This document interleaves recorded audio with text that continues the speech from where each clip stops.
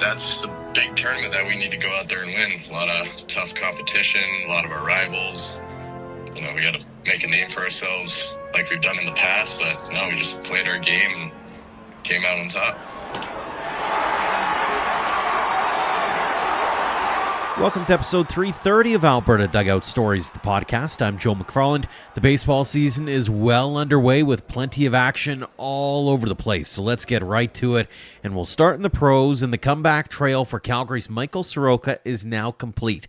After a trio of starts in the minors while coming back from an elbow injury, the PBF Redbirds alum was called back up by the Washington Nationals Wednesday to start against the Cleveland Guardians. He was cruising through 5 innings, not allowing a run while striking out 8. Strike 3 call. Throwing off the timing of Rocchio there, who could not pull the trigger, and that's number 8.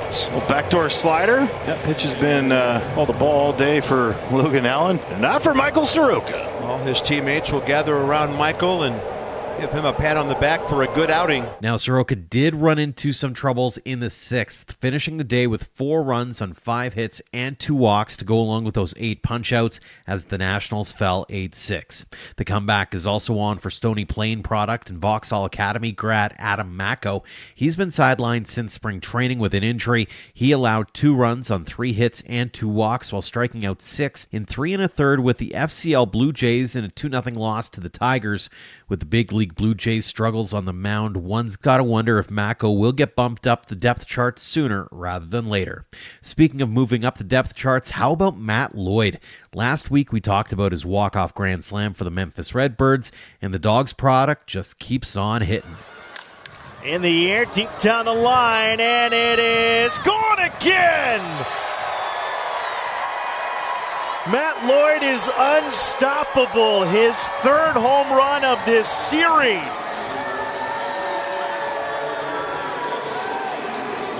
Walk-off grand slam came on Wednesday.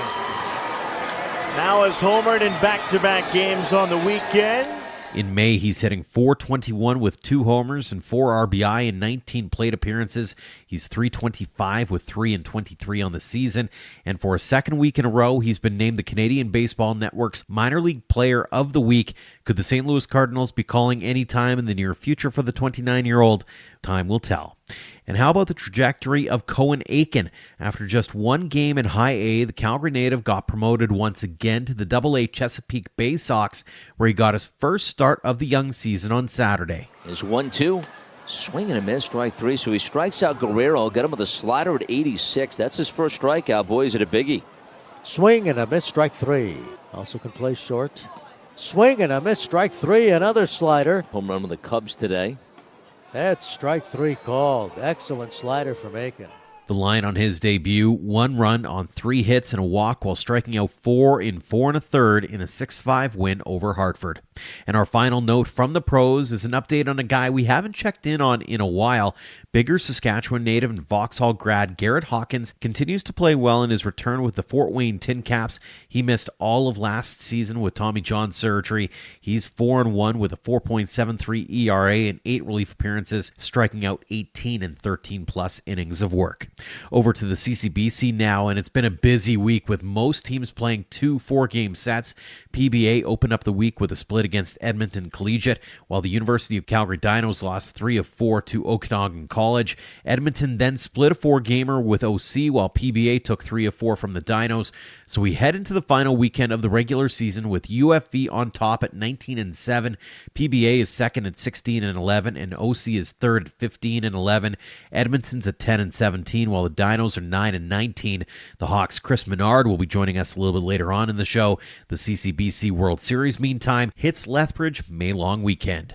On the college baseball front stateside, there has been a lot of news as the playoffs are underway, and each conference's all-star teams and top players are being announced. Among some of the highlights, recent friends of the show, Aiden Macris and Logan Grant, were among those recognized for their great seasons at Bellevue University. Macris was named first-team All-North Star Athletic Athletic Association and Conference Newcomer of the Year, while Grant picked up first-team accolades as well as a Gold Glove Award.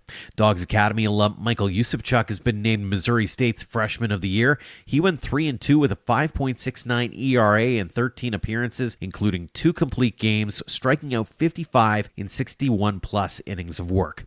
Another Dawgs alum, Ricky Sanchez, picked up an MIAA Gold Glove honor and is a third-team All-MIAA selection after a solid season at Pitt State. And the Canadian Baseball Network's College Player of the Week is Dawgs alum Jimmy Dion. He finished the year hitting .404 with 22 home runs and 79 RBI in 52 games at Howard College. He's heading to Purdue next season. And Saskatoon's Peyton McHargue has been named an All-MIAA second-team player after hitting .297 with 13 homers and 41 RBI with Washburn University. Baseball America's top 400 list for the 2025 MLB draft is out, and 8 Canadians are on that list with a couple of familiar faces, including Dawgs Academy product Tim Piazentine at 293, while Sylvan Lake Gulls alum Nick Groves comes in at 328. Big congratulations to Dawgs Academy's 18U Black Squad on winning their second straight Best of the West tournament in Kamloops this past week. It was another big win for the program, and we'll be chatting with Preston Tocheniuk about it all in just a few minutes. Action continues full throttle in the Baseball Alberta Elite League. The Calgary Cubs remain undefeated at 7-0, as do the Red Deer Rangers at 5-0. The Weber Wildcats round out the top 3 at 3-2, and the players of the week include Landon O'Howe and Ethan Savage of the Calgary Bucks, Luke Mahar at Parkland, and Matthew Schneider and Carter Moffat of St. Albert. A pair of Saskatchewan communities are in line for Jays Care Field of Dreams funding. That announcement was made last weekend on a Blue Jays Central broadcast.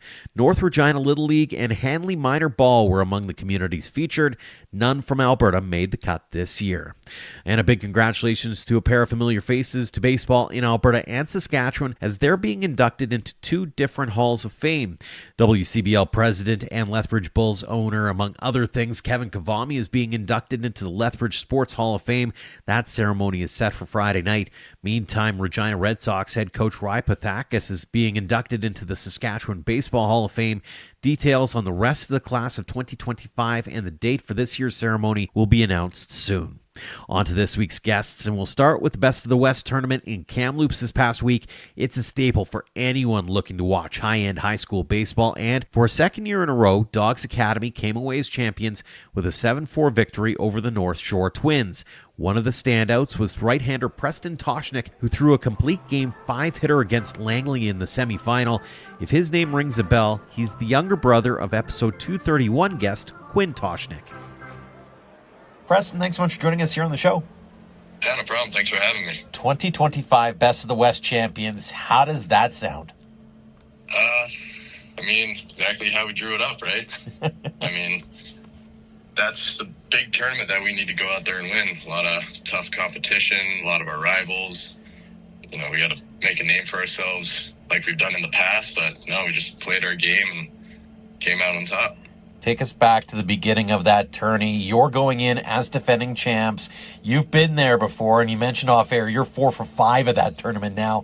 What's the message going into the clubhouse, especially for those who might be new, who haven't exactly gone through the rigors of a tournament like that? There's certainly a sense of added pressure having won the tournament last year, but this year was a little different. We had lost a lot of our, top core guys that we had last year, like Benito and Matchy and Hartman, all those guys. So we kind of came to the tournament as underdogs a little bit. So we had to prove ourselves and show that we're still, the dogs, like we still got this. Mm-hmm. Was there a moment early on that maybe cemented it for you where you went, okay, we're here, we're good, don't worry about missing some of those key pieces? I'd say definitely our first game. We mercied a team out of Quebec, and we're just like, all right, if we just play our game, don't change anything, do what we do, then this is definitely possible. As the tourney goes on, did you get a better and better feeling about where things are headed? Yeah, for sure. Once we clinched the first seed, going 3-0 in pool play, and seeing that we had to play Langley, we're like, this game might be a little tough, but we just got to do what we do, and we'll figure it out. For sure. On the flip side of that, were there any uh-oh moments for you where you had to take that step back, maybe hold your breath for a second, go, okay, we can get through this? Oh, yeah, no, absolutely. During that semifinal against Langley, I started, and the first 2 pitches of the game didn't go my way. I gave up 2 doubles, and we were already down 1-0 before a minute. And, everybody kind of tensed up a little bit, but, we flushed it, reset, and took care of business. As a pitcher, when you have that happen that quick, how hard is it to press the reset button while you're still also trying to focus on that next pitch? I mean, sometimes it can be hard, but, you just got to find a way to do it quick. Once the ball leaves your hand, it's truly out of your control, so you just got to find a way to flush it, win the next pitch, and, have faith in your guys that you're going to get your runs back. Mm-hmm. That's the big thing. I'm curious, on a personal level, do you have a whether it's a routine or whether it's that one thing, do you look out at the crowd? Do you do something in particular that allows you to take that deep breath, or is it like meditation for a quick second? Like, what is it for you? No, it's more or less just take a deep breath. Sometimes I take the baseball and just squeeze it really hard in my hand. And, that always seems to kind of work. Mm-hmm. So you get into the final against North Shore. What was the game plan going into that one? Our coach Guthrow told us right after the semifinal, he's like, Championship Sunday, not a place we'd rather be. Nothing changes, really. What's the excitement like in the dugout as you take the lead and you realize, we got this, this one's ours? There's that sense of antsy. Everybody's kind of going back and forth in the dugout, getting ready to run out and celebrate with the guys. But, we kind of had to settle down a little bit. There's still a lot of game left to go at that point. But, we kind of knew we had it. Mm-hmm. Final outs recorded. Who you hugging first? Whoever I can grab, really. But who would it have been? I think I was trying to get to who closed the game, William Labonte, but, everybody had the same idea as me, so... That's fantastic. Is there a blackout moment to a certain extent? Because it's a bit of a grind, that tournament, right? There's not a lot of time to take that step back and go. So are you guys kind of in blackout moment for a while? A little bit, yeah. Obviously we're there for the whole week, long time. Once that final out gets recorded, everybody's running out there celebrating. You can lose your head a little bit sometimes. Mm-hmm. You mentioned 4 for 5 at that tournament. What's it mean to you to be able to keep going out to these big events and come back as champions? It's great. It just speaks to the success that we have here at the Academy with the coaching staff and the players and the legacy. It's just really important to, at this point, it might as well just be our tournament because we just have the vast amount of success there. For sure. Now all said and done with that one, what's next for you? What's got you excited heading into summer? Definitely the Langley tournament that we're going to be playing in. I think that's one that we need to have a strong game plan in. We haven't won that tournament, I think, since 2019, so we kind of need to regain our spot at the top there. Fantastic. Let's get in your baseball past here a little bit, Preston. You're an Alberta kid, born and raised. Who got you into the game in the first place? It was definitely my 2 brothers, Quinn and Grayson. Being the youngest, all I wanted to do was follow in their footsteps and just do whatever they did. It was definitely those 2.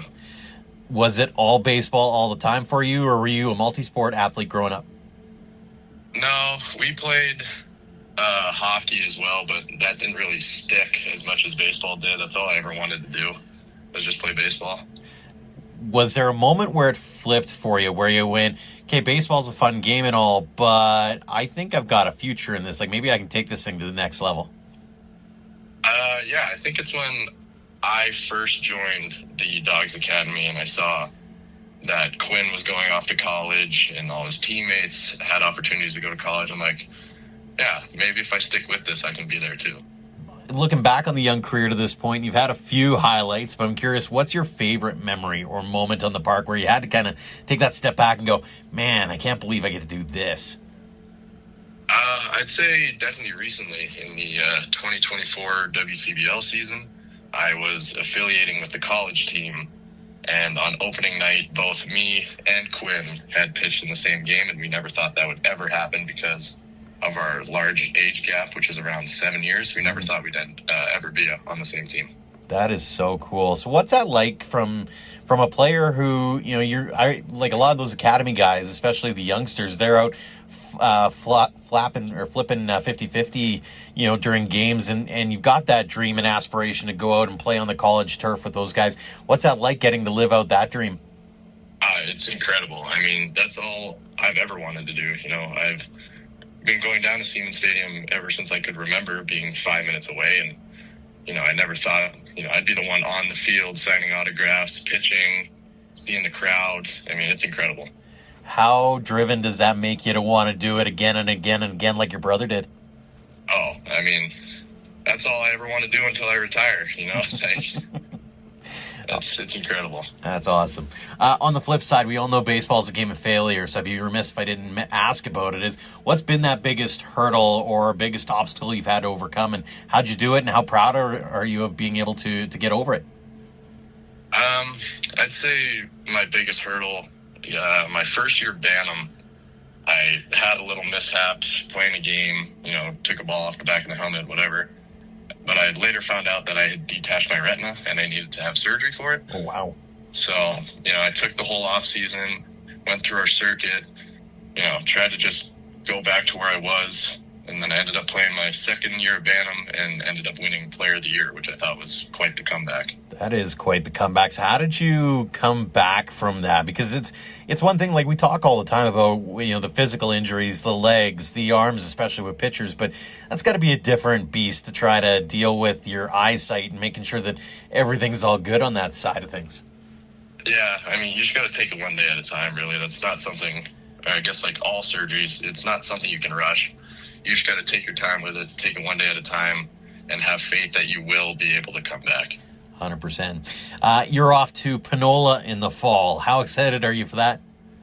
I'm very excited. I mean, I'm happy to play baseball where it's constantly warm, for sure, instead of the uncertainty of the weather up here. I can only imagine. So what was it about that school that made you go, I want to go study there? Definitely the opportunity itself. I mean, everybody wants to go play Division I baseball, right? But, junior college, it's a lot more accessible, a lot more grindy. You kind of want to have that, hunger there. So it definitely appealed to me there. What are you thinking about taking in school? Definitely something that has to do with, kinesiology. Fantastic. If you weren't playing baseball, what do you think you'd be doing? I know my friends are going to make fun of me for this one, but I'd definitely be playing golf. Are you a good golfer at least? It's open for interpretation. As someone who would readily bring a baseball bat onto a golf course and probably get kicked off said golf course, I can empathize with that totally. A couple more fun ones for you before we let you go here, Preston. First off, let's say you're the Jordan Romano or Mariano Rivera and you get your walkout tune as the closer. What's that tune for you? That's a tough one. I definitely think of something that, might get the crowd into it, put on a show a little bit. Maybe I Was Made for Loving You by Kiss. Oh, oldie but a goodie. I like it. Yeah, absolutely. And finally, what's your go-to food when you go down to Siemens Stadium and watch a game? Definitely the taco in a bag is good. That is a good one for sure. It's super underrated in my books, but everybody says hot dogs or pizza or poutine, but yeah, I got to go with that. Yeah, now I want one from Siemens Stadium. Great, thanks. Anyways, two more before we let you go here, Preston. They're the kind of standard ones for us here on the show. First off, you mentioned those young kids you're signing autographs for. They're probably looking to you for advice. So those young kids who are just starting out at Dawgs and want to get to where you're at now. What are those pieces of advice or those words of wisdom you like to impart upon them? I'd say definitely enjoy it. The game, baseball is a game of failure, so you can't be scared to make mistakes. You just got to learn from them and find a way to get better. Great piece of advice. And finally, what does a game of baseball mean to you, Preston? I mean, it means everything to me. It's all I've ever known. There's not Preston Tocheniuk without baseball. So I'd say it's everything. I've known my closest friends from baseball. I have the opportunity to go to school for baseball. My family is baseball, really. So I'd say it just means everything.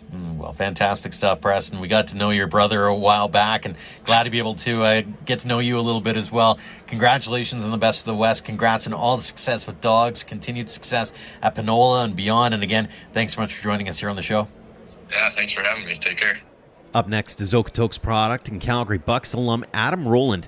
The 5'10 outfielder has put the wraps on his sophomore season at Southern Maine Community College, where he hit .300 with 20 RBI and 25 runs scored on the way to being named the Yankee Small College Conference Honorable Mention. After helping the Seawolves capture the conference title in 2024, this spring ended in heartbreak with an extra innings loss in the final, but it was a memorable 2 years to say the least for Rowland, including providing some assistance in a combined no-hitter in mid-April. Adam, thanks so much for joining us here on the show. Thanks for having me. I'm excited. Adam Rowland, Yankee Small College Conference Honorable Mention player after an outstanding season at Southern Maine. How does that all sound? It sounds great. You know, I couldn't have had it any other way. I'm really happy, really grateful for the opportunity to get named to the all honorable mention list. And kudos to all my teammates who made the all conference team, as well as my teammate Quinn Dillon, who was named player of the year. That was huge for him, and nothing but happiness for those guys.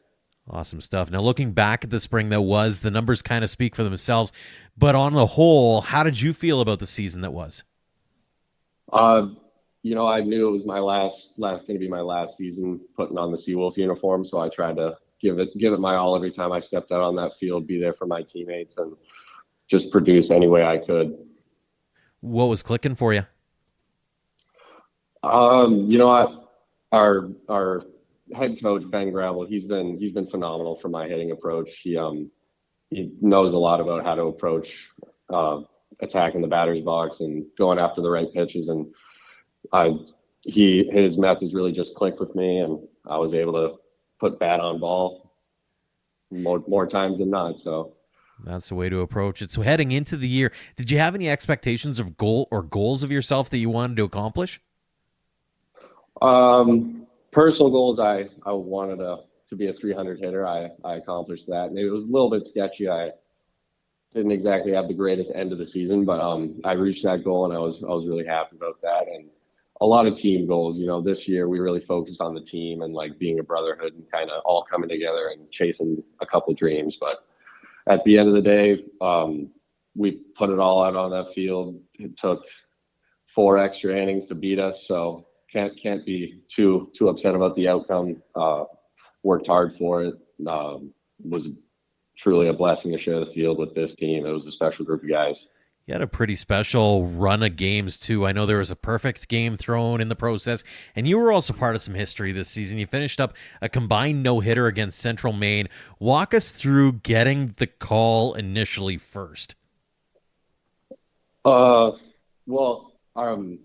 it was an interesting situation. You know, I didn't know Connor Boulette had a no-hitter going. I thought they had a hit earlier in the game, and my right fielder came out to me and looked me in the eyes right before the first pitch of the last inning and looked at me, and he said, "We're diving for everything. Nothing touches the turf." And I looked at him and I was like, "Yeah, of course. Like we got to make some outs here. We got to get out of this game." And it didn't click until he got the first out of that inning, and then it came back to me, and I kind of looked over at him and I nodded and I was like, "Okay, yeah, I've clued in. I've noticed it. We didn't talk about it, so we didn't jinx it." And coach throughout the whole game. In the 5th inning, he came up to me and said, "Hey, play some good catch in center field. Like I might pull you from center field and have you throw an inning or two in case Boulette gets in trouble."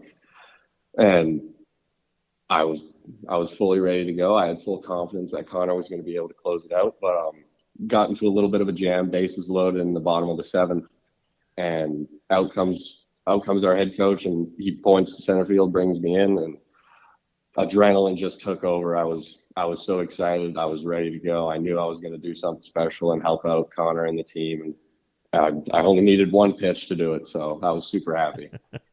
Best one pitch you've probably. Did you go into it with a bit of a mindset of this is what I'm going to throw, or did the catcher put something down? You're just like, yep, we're going to go with that. Walk us through that one pitch.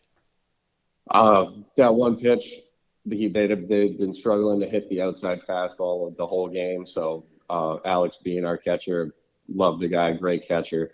And he came up to me and he goes, all right, first pitch, fastball outside, let's get this done. And I nodded my head and said, let's do it, gave him some knuckles and executed the pitch, perfect spot. And he lined it right into my glove on the mound and doubled him off at first base. Wow. So that's a heck of a way to end the game. Did it kind of set in at that point, hey, you finished off a no-hitter? Yeah. I mean, the emotions were incredible. Everyone in the dugout was up, jumping around. Everyone was fired up for me and Connor. But I try not to take too much credit, because when you throw 6.2 hitless innings and I come in with one pitch, I gotta let him have his moment. So. Absolutely. I mean, you pitched pretty well in your outings that you did have. Is that something that you want to continue as you move forward in your baseball journey, or is it something where you're like, I'll stick with the outfield and do the emergency work when needed? I'm definitely sticking with the emergency work. Coach had my work cut out for me on the mound. I got put into the bottom of the 10th or the top of the 10th inning to close out a close game with a conference team. And I got that job done. And then other than that, I got put in a no-hit situation, and everything else all the time I always got put into a close game. So he had some good faith in me, but I think I might leave the pitching here in Maine and focus on the outfield for my next school. For sure. Looking back on the young couple of years there with Southern Maine, any other highlights? I know you won a championship, but walk us through some of the things that really stand out to you during your time there. The biggest thing that stands out to me is my freshman season during the YSCC conference tournament. I was named the outstanding offensive player of the tournament my freshman year. That game came down. It was one of the best baseball games I've ever been a part of. Walking it off to win the championship in the bottom of the ninth with 2 outs was incredible. It was truly a remarkable experience, and I don't think any games will come close to that in my books but we'll see what the future has to hold. But that definitely is one of the best memories I've had here, is winning that championship with that team my freshman year. 100%. I know you've got your eyes on some possible 4-year schools coming up in the not too distant future as well, but what has you excited about the journey ahead and what lies ahead in your baseball journey? I'm just really excited to just keep playing, keep studying. I was always a little nervous, wondering if college baseball was for me, but coming here and having an amazing experience and choosing the right school for myself, not just the one that looks the nicest or has all the pretty toys. It means a lot to me to have these memories and go through this and be able to go on to another school after this. It's truly a blessing, because there's a lot of guys on my JUCO team this year that are hanging them up after this year, and I just want to keep playing for them, show them that we're always teammates, no matter if you're not playing and I'm still playing. It's truly a brotherhood, and it's been an amazing experience. Some lifelong friends, lifelong memories, and I wouldn't trade anything for it. Sounds amazing. Hey, let's get in your baseball past here a little bit. Adam, you're originally from Calgary or in Okotoks area. How'd you get into baseball in the first place? My dad, he's been the biggest role model for me. Especially, he introduced me to baseball at a young age. We're Yankees fans, so I always got some teasing going on, and I'm not a Blue Jays fan, but he introduced me to Derek Jeter, all those guys, taught me how to play the game the right way, and I've always kind of held that close to my heart and to carry that no matter what jersey I wear, or what country I play in. So it's been huge. When you were growing up, was it all baseball all the time for you, or did you play a bunch of different sports? No, my family's quite big into hockey as well, so I played hockey up until my grade 11 year, and then I got injured, and I wanted to focus on baseball at that point anyways, so I just kind of focused on baseball after that. But I always played hockey, maybe not the highest level, but it always kept me in good shape, and I kind of used that as an off-season kind of training, always helped the legs out a little bit, got me going, kept that competitive spirit throughout the off season. So Absolutely. Was there a moment in your memory banks, or was there a moment in time where you realized that, hey, this is a fun game and all, but maybe I can take this thing to the next level? When I first started playing with the junior dinos at the time, the Calgary Bucks is what they're called now. That was my goal, because I met a couple of guys, some senior guys that were in grade 12 and were just starting to get their offers, and I looked up to those guys. I thought they were the coolest guys I've ever met, coolest players, best guys, and they were huge in my ideas to become a college baseball player. So I owe it to the seniors ahead of me and the guys that kind of paved the path to kind of show it that it is possible to be a college athlete from Canada, or baseball especially. Absolutely. Looking back on the young career to this point, obviously you've had a few in the last couple of years here, but any favorite memories or moments that really stand out to you where you had to take that step back and go, man, this is cool. I can't believe I get to do this. Oh, that's a tough one. I think my freshman year, the first away game we had, it was at the NECBL. It's the New England Collegiate League. It's a very good league. A lot of D1 players play there, and it's a beautiful stadium. And for my first away game, getting the privilege to play there and share the field with all those guys, or play on the field that all those big names played on, it kind of made me feel like, wow, I'm really here. I'm actually a college baseball player. Like, this is where I belong. So that was one of the biggest parts, at least in my young career experiences, that have really stuck out to me and kind of made me take a step back, take a nice deep breath, and realize, wow, this is the moment. This is what I've been dreaming of. Mm-hmm. Looking back on the Bucks program specifically, what did that program mean to you? Not just as a ball player, but as a human being as well, and getting you prepared for that next step in the journey.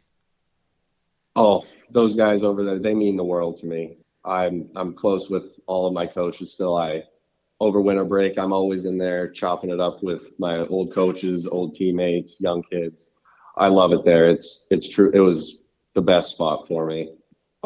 Nothing but gratitude to everyone over there. It was incredible. I struggling to put the words together, but all those guys over there, they mean the world to me, and I wouldn't be in the spot I am today without them. So, on the flip side of that, we all know baseball is a game of failure. So looking back on the career, what's been the biggest hurdle or the biggest challenge you've had to overcome, and how proud of yourself are you for being able to do that? Yeah, so for in Maine college baseball, we kind of split the season in half. So we play 12 meaningful season conference games in the fall. So those are countable games to our overall record. And then in the spring is when we play all of our meaningful conference games. Mm-hmm. So my freshman fall at SMCC, I struggled at the plate. I was barely scraping over 200 as a hitter, and I was kind of really down in the dumps, and I was upset, and I was wondering if I wasn't cut out for it. And that's when my old coach, my freshman year coach, Nick Lopes, came up to me, and he gave me a hug, and he goes, "You're built for this. You're more than capable. I understand. It's going to be hard for a little while. This is your family now. We got you. We got you back. Everyone has faith in you. Trust the process. Hit the off season hard. You're going to do good." And come the spring season, I tore it up. Everyday starter, and won offensive player of the conference tournament. So his faith wasn't misplaced, and all the times that he spoke to me, it was always meaningful, always built me up. Nothing but love to my old coach. Fantastic stuff. A few fun ones before we let you go, Adam. First off, when you're at the ballpark as a fan, what's your go-to food? I'm a big cheeseburger guy. I love having a burger. I'm pretty plain. I'm pretty basic. Just barbecue sauce, cheese, and if there's bacon available, I'm all over that. Fantastic. When you're coming out as for an at bat, what's your walk-up tune? I've usually bounced between a couple of them, but I stuck with one this year for my final year. I used "The Stroke" by Billy Squier. Oldie but a goodie. I like it. It was a good one. And finally, when you were a kid, you mentioned Jeter. I wonder if this is the answer to it. Whose poster was up on your wall? There was always a lot of Yankees memorabilia in our house, but the one that always stuck out to me, and the player I always tried to play like and try to replicate the swing in the backyard was Bryce Harper. He's the man. He's a dog. I try and play like him every time I step out on that field. 100%. Very good one indeed. Couple more for you here. When you're back home, you get to talk to those Bucks that are coming up through the program, or maybe some young kids who are watching games over at Southern Maine, and they want to get to where you're at now. What kinds of advice or words of wisdom do you want to impart upon them? Believe in yourself. You're your own best friend in that situation. You got to grind it out, do everything right.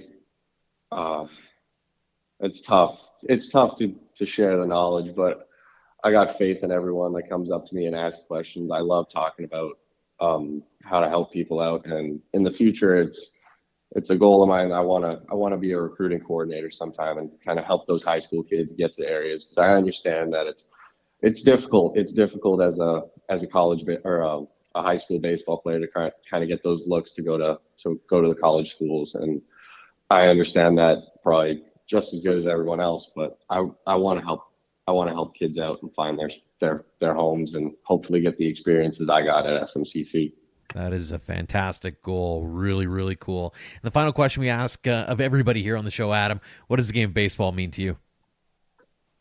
Oh, it's everything to me.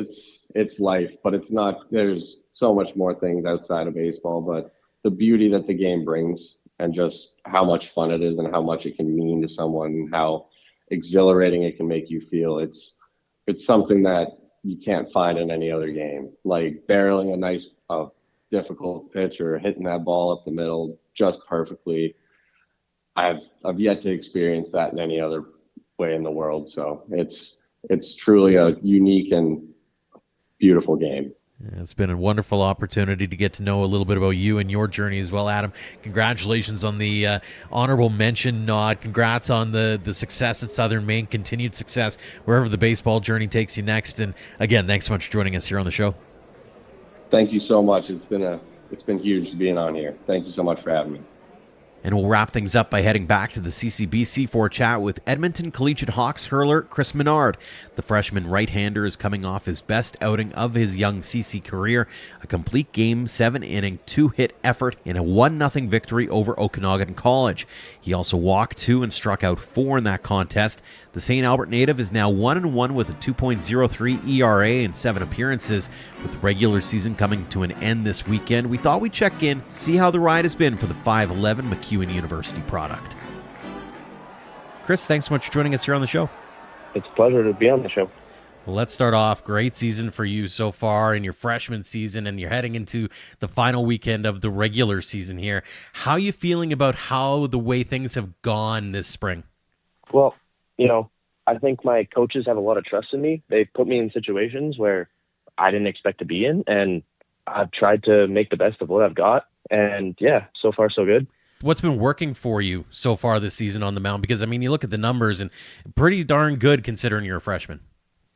I've just been letting the ball kind of get in play, let my defense behind me do the work for me, Team's been right in the thick of things as well. What's the vibe in the clubhouse heading into the final weekend of the season? We're trying to keep it positive, It doesn't really matter the regular season that much, trying to get some momentum heading into, playoffs or, yeah. Mm-hmm. You did your part for sure in this last start. This one sticks out to me in a big way. You got a powerhouse like OC rolling through, and you get the 1-0 win, 7 innings on your part, just a couple of hits, a couple of walks, 4 strikeouts to your name. How'd you feel about that start? Because that had to have been probably your best to date. Well, it was my first college start, so, it was warming up. It was a little warm, nerve-wracking, but once I got up there, I've been starting my whole life, and I kind of just trusted the process, trusted the guys behind me, did my thing.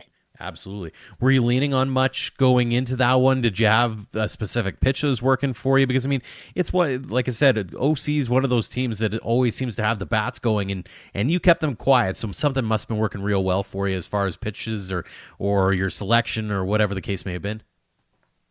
Well, I got the game 2 for that game, or for that day. And my pitchers told me that they were on the fastballs, breaking balls early, trying to work those in, keep the batters, not on guard.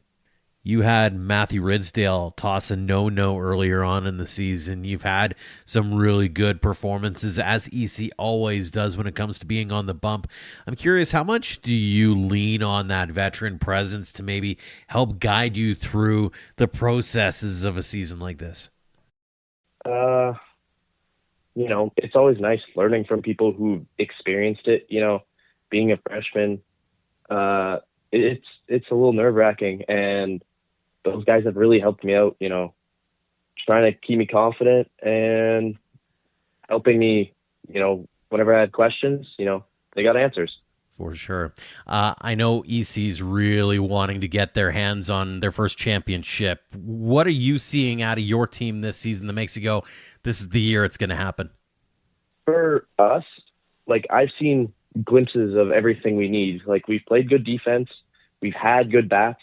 We've had great pitching, but we've just struggled to find them all at the same time. And I feel like, a couple games where we find it and we could be easily rolling through.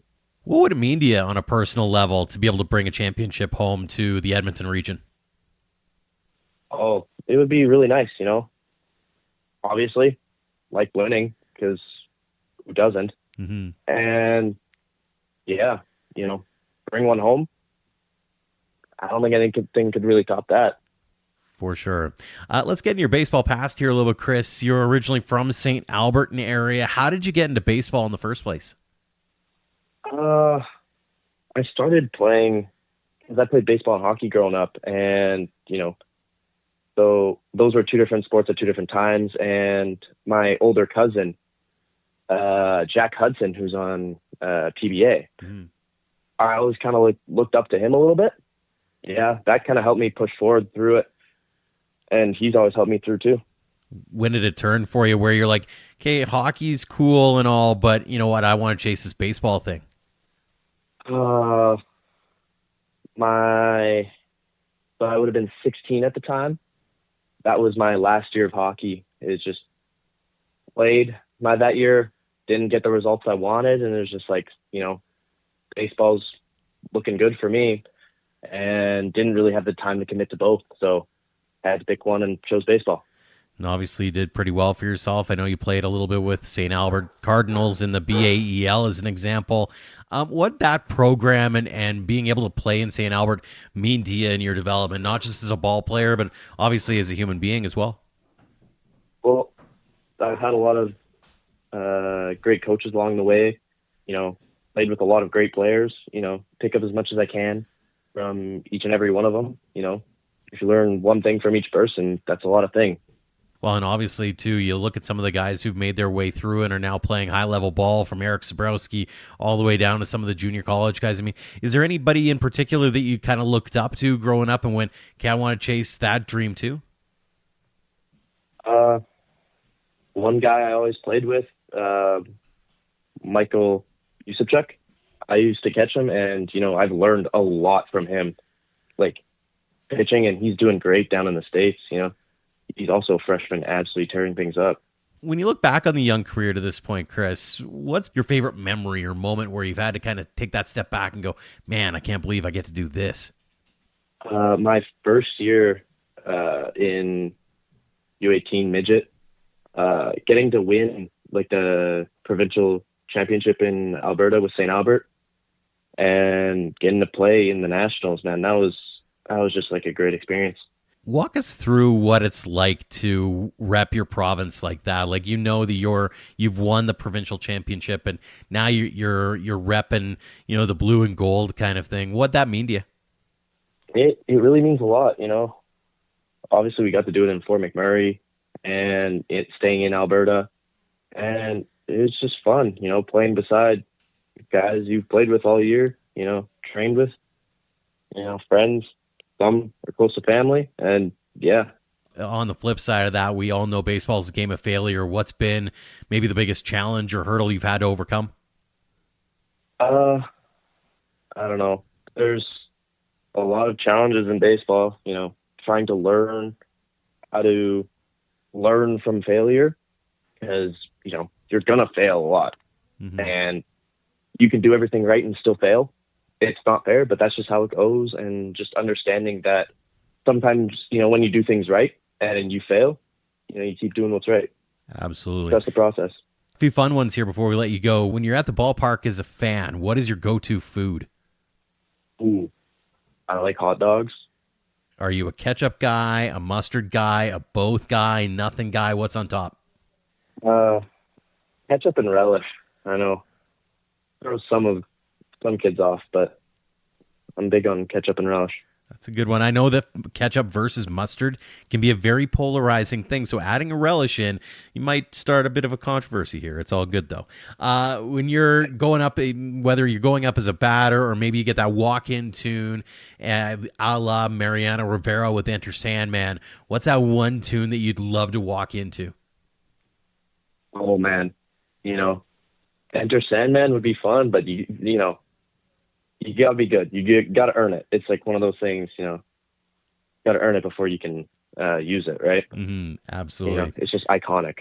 And finally, when it comes to when you're growing up, whose poster was up on your wall? Ooh. Growing up a Red Sox fan, you know, I had Mookie Betts. I had Chris Sale. Like, those were big guys. Xander Bogaerts as well. That's not something that you hear a lot of. Usually it's Blue Jays, maybe the odd Yankees, but a Bo Sox fan. All right, I dig it. As much as I'm a Blue Jays fan, I still respect it. So that's awesome. A couple of final ones for you before we let you go. First off, let's say you're getting to talk to those kids who are just going to be starting out on their journeys with EC as an example. Maybe they're on the JV team as an example, or maybe you're back in St. Albert and talking to those young kids who are just starting out on their journeys, and they're looking up to you. They want to get to where you're at now. What's that one piece of advice or those words of wisdom you'd like to impart upon them? Gotta work, you know, when nobody's watching, you know, get your work in. The only person, like, other people are going to hold you accountable, but you got to hold yourself accountable. That's the big thing.